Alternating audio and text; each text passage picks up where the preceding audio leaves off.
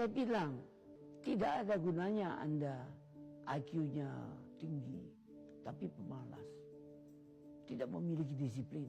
Yang penting adalah Anda sehat, mau berkorban untuk masa depan yang lebih cerah. Assalamualaikum warahmatullahi wabarakatuh. Kembali lagi bersama saya di channel ini. Semoga kalian gak bosan ya guys. Kali ini saya akan membahas beberapa komentar yang lebih tepatnya ngeyel banget mengenai peradaban. Di kolom komentar konten-konten saya, entah itu di TikTok ataupun di YouTube maupun di Facebook, itu sama aja gitu loh guys. Banyak yang gak terima, yang ya seperti kalian tahu sendiri lah seperti apa nggak terimanya ya. Mereka itu pokoknya bersikeras bahwa peradaban mereka itu berasal dari Semenanjung. Nah, maka dari itu saya saat ini akan terus menyajikan konten-konten yang bernuansa sejarah seperti ini. Kiranya teman-teman jangan bosan ya, dukung saya terus supaya fakta yang benar sampai ke banyak orang. Akhir-akhir ini banyak sekali narasi yang memutarbalikkan sejarah. Seolah-olah peradaban besar di wilayah kita itu baru datang belakangan atau bahkan milik bangsa lain. Maka di video ini mari kita telusuri bersama bagaimana sebenarnya Nusantara itu terbentuk, siapa penghuni aslinya, dan kerajaan-kerajaan besar apa saja yang pernah bersinar di Indonesia jauh sebelum negara-negara modern terbentuk. Mari kita pelajari pelan-pelan dengan hati yang tenang dan fakta yang jelas. Pertama-tama kita akan membahas tentang bagaimana Nusantara itu terbentuk. Jutaan tahun yang lalu, wilayah kepulauan kita itu dulunya menyatu dengan benua Asia bagian selatan, disebut Sundaland. Ya, sering berjalannya waktu, permukaan air laut itu naik perlahan, menenggelamkan daratan yang rendah, dan akhirnya terbentuklah ribuan pulau yang kita kenal sekarang sebagai Nusantara.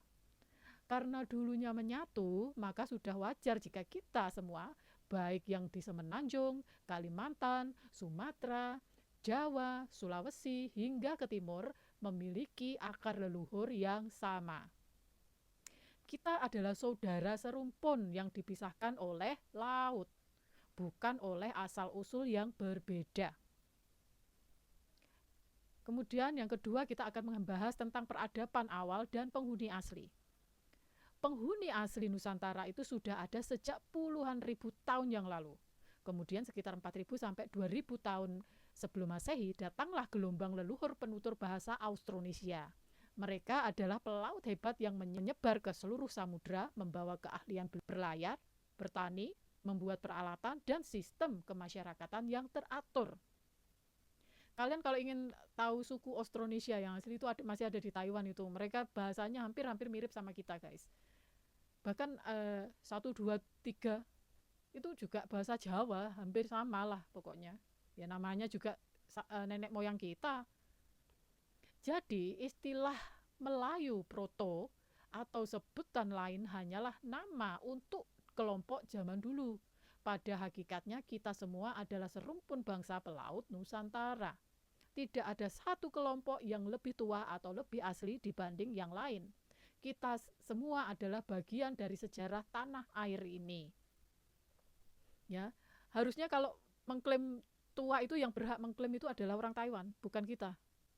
Suku Austronesia itu yang berhak mengklaim kalau mau bilang peradaban tertua, ya. Karena mereka adalah moyang kita. Kemudian ketiga, membahas tentang kerajaan pertama dan peradaban besar yang muncul.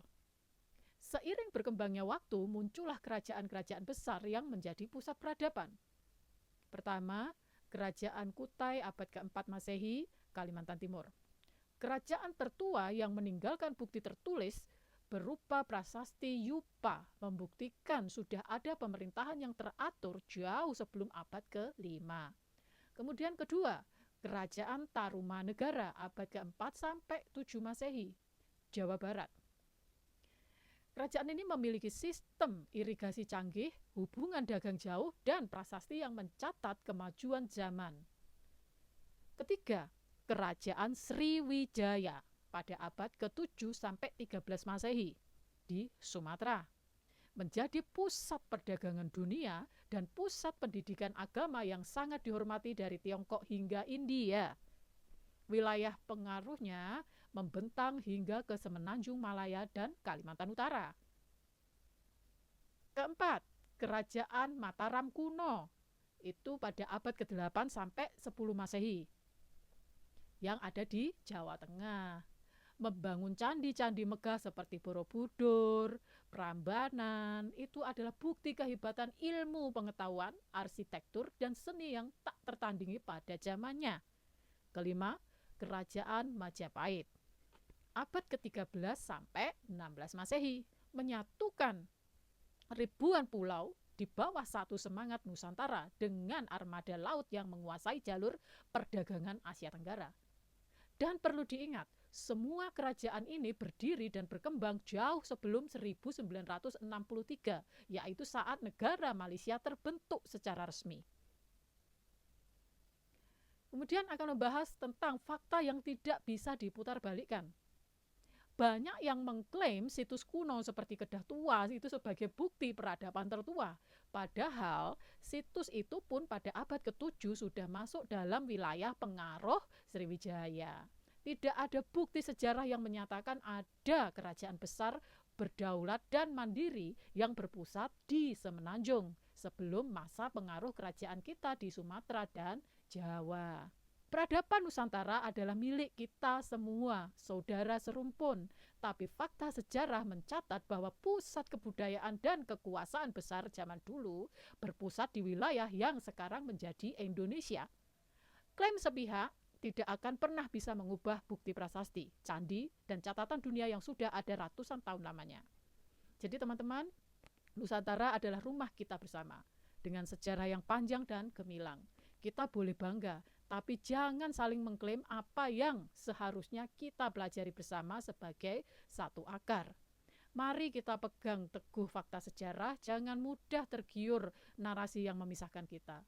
Kalau penjelasan ini bermanfaat dan membuka wawasan kalian, silahkan like, subscribe, dan bagikan ke semua orang supaya banyak generasi-generasi kita juga ikutan belajar, ya, agar mereka nanti ke depannya tidak melupakan sejarah mereka berasal. Dan dengan adanya kalian, itu menambah semangat saya untuk menyampaikan pesan faktual pada generasi-generasi kita. Sampai jumpa di pembahasan selanjutnya. Terima kasih sudah menonton video saya sampai habis. Wassalamualaikum warahmatullahi wabarakatuh.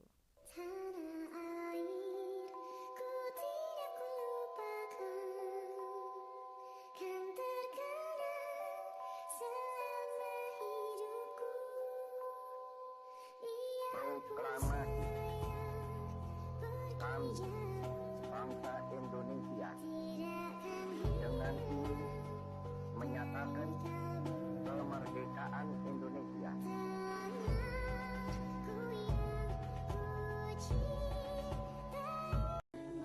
Jakarta, 17 Agustus 1945,